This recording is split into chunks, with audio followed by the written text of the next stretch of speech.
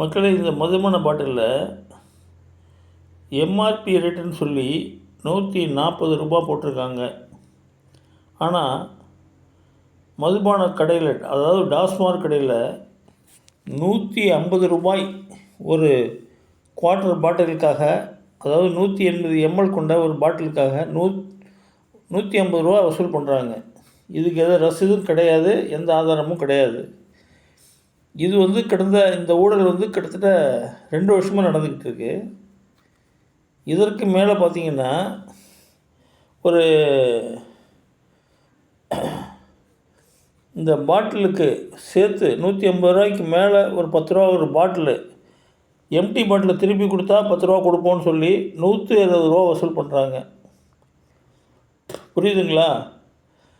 இப்போ நடைபெற்று கொண்டிருக்கின்ற இந்த திராவிட மாடல் அரசு உங்களை பற்றியோ, இந்த சமூகத்தை பற்றியோ, இந்த மக்களை பற்றியோ எந்த கவலையும் படவில்லை. மக்களே, இதை நல்லா புரிஞ்சுக்குங்க.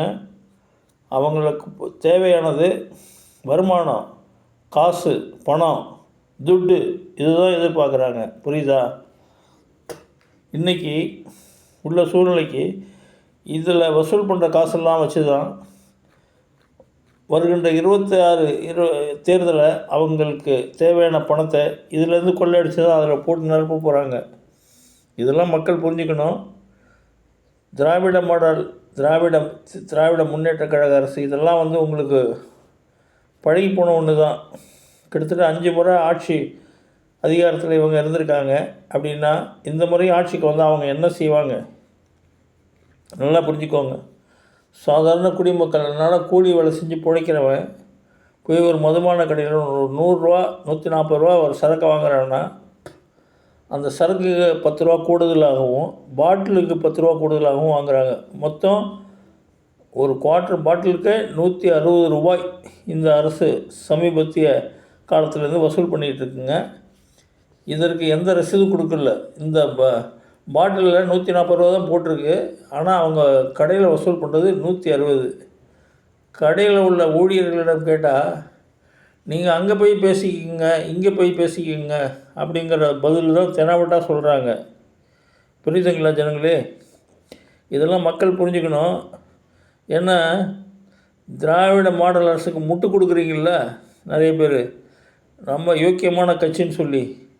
இப்போ புரிஞ்சுக்குங்க, அவங்க எந்தெந்த விஷயத்தில் எவ்வளோ ஊழல் பண்ணிக்கிட்டு வராங்க, எவ்வளோ ரூபாயை அவங்க கொள்ளையடிக்கிறாங்க. நீங்கள் பார்த்துங்க.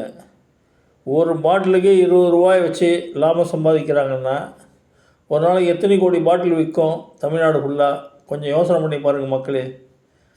கிட்டத்தட்ட 6000 கோடி ரூபாய் வருமானம் ஒரு நாளைக்கு இந்த திராவிட முன்னேற்ற அரசுக்கு போய் சேருது. புரியுதுங்களா? இதில் அரசுக்கு சேர்கிற தொகை சொற்பமாக இருந்தாலும் இந்த மீதி தொகை குடும்ப ஆட்சி பண்ணுறவங்களுக்கு போய் சேருதுங்கிறத நீங்கள் கொஞ்சம் நல்லா விஞ்ஞான ரீதியாக அவங்க ஊழல் பண்ணுறாங்க.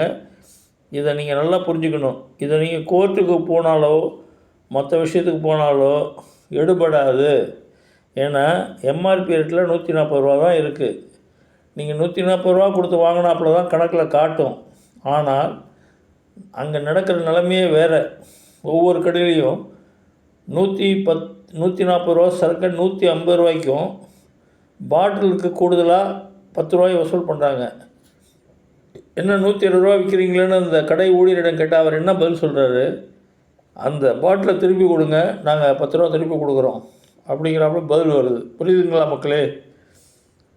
இதிலிருந்து அவங்க எவ்வளவு விஞ்ஞான ரீதியாக ஊழல் செய்கிறாங்கங்கிறத நீங்கள் புரிஞ்சுக்கணும். இது போன்ற ஊழல் ஆட்சி மீண்டும் தமிழ்நாட்டில் இருந்தால் என்ன ஆகும் நிலைமை? இது ஒரு சின்ன உதாரணம். ஒரு பானை சோற்றுக்கு ஒரு சோறு தான் பதம். அதை தான் நான் இந்த பதிவில் குறிப்பிட்டுள்ளேன். தயவு செய்து புரிந்து கொள்ளுங்கள்.